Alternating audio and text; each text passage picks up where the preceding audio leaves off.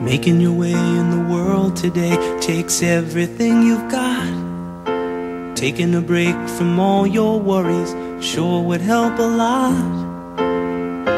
Wouldn't you like to get away? Sometimes you wanna go where everybody knows your name, and they're always glad you came. You wanna be where you can see our troubles are all the same. You wanna be where everybody knows your name.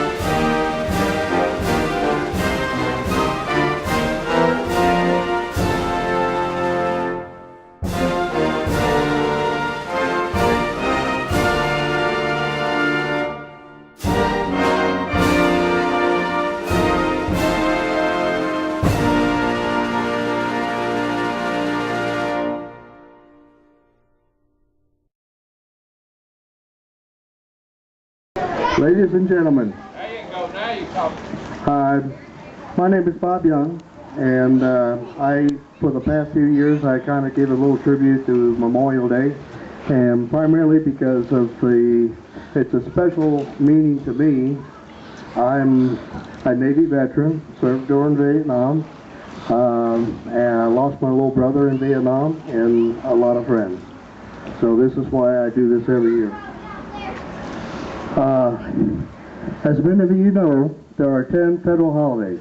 The fourth of these, which occurs tomorrow, is the one that we gather to remember today.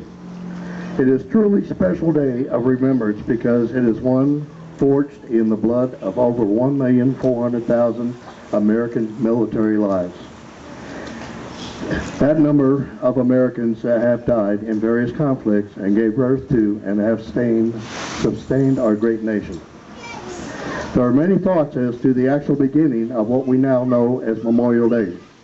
There's a great deal of evidence that organized women's groups in the South were decorating graves well before at the end of the war between the states.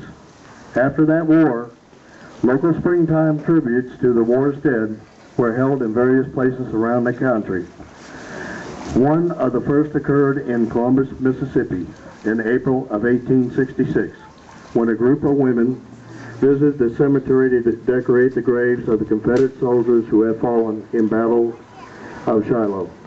Located nearby were the graves of the Union soldiers, neglected, of course, because they were the enemy. But disturbed at the sight of the bare graves, the women placed some of their flowers on those graves as well. Today, several cities in both North and the South claim to be the birthplace of Memorial Day.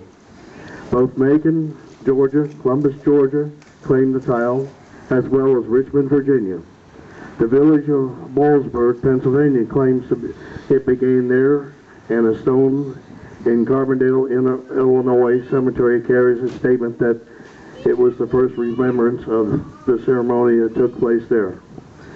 Regardless of all the claims, 2 years after the war between the states ended on May 5, 1868, the head of an organization of the Union veterans established Decoration Day as a time for the nation to decorate the graves of the war dead with flowers. It was declared that Decoration Day should be observed on May 30th. It is believed that the date was chosen because flowers would be in full bloom all over the country. The first large observance that was held that year was in Arlington National Cemetery. The first state to officially recognize the holiday was New York, and by 1890 it was recognized in all the northern states. The South was the first to refuse to acknowledge that day, honoring their dead on separate days until after World War I, when the holiday changed from honoring just those who had died fighting the war between the states to honoring all Americans who died in fighting in any war. Memorial Day is celebrated in almost every state on the last Monday in May, although at least 9 southern states still have additional separate days for honoring their Confederate dead. At this very moment, halfway around the world, and some of the most desolate places you can ever imagine, Americans are fighting and dying in the name of freedom. To this day, 5,600 American servicemen and women have died fighting our global war on terrorism in Afghanistan and Iraq. Whether you personally feel it or not, whether you personally support it or not, your country is at war, and we've asked these folks to carry the heavy burden for us.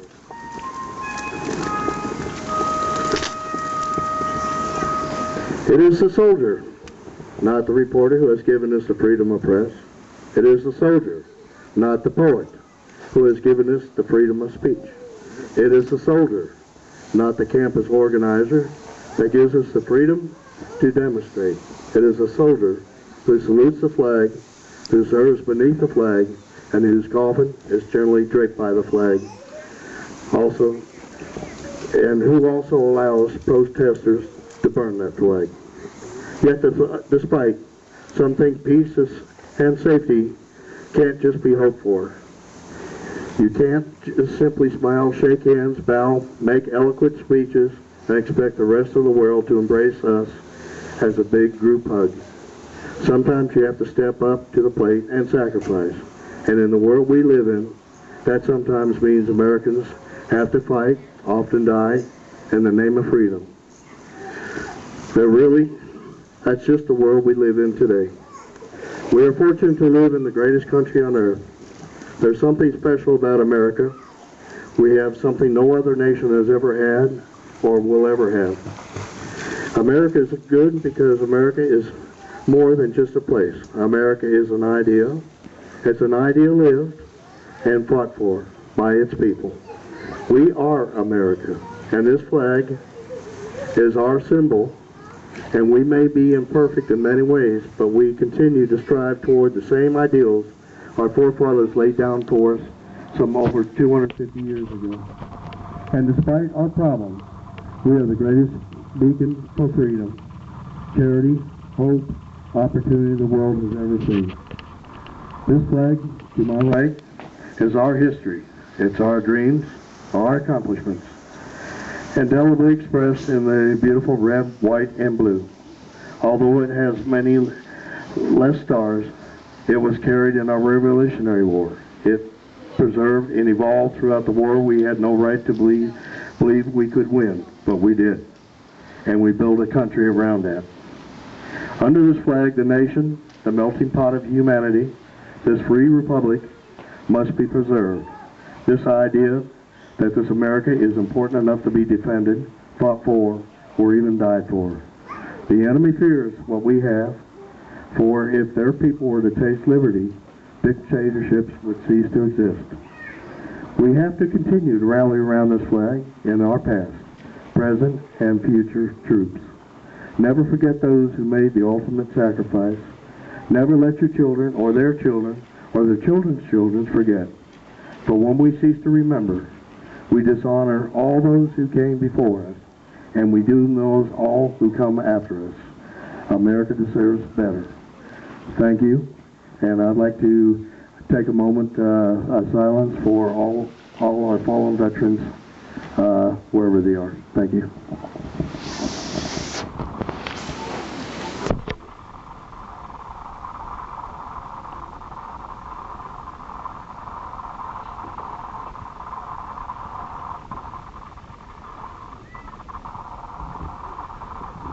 Thank you, Bob.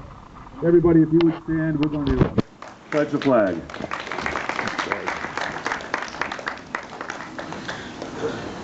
Hats off, please. I pledge allegiance to the flag of the United States of America, and to the republic for which it stands, one nation, under God, indivisible, with liberty and justice for all. You may now return to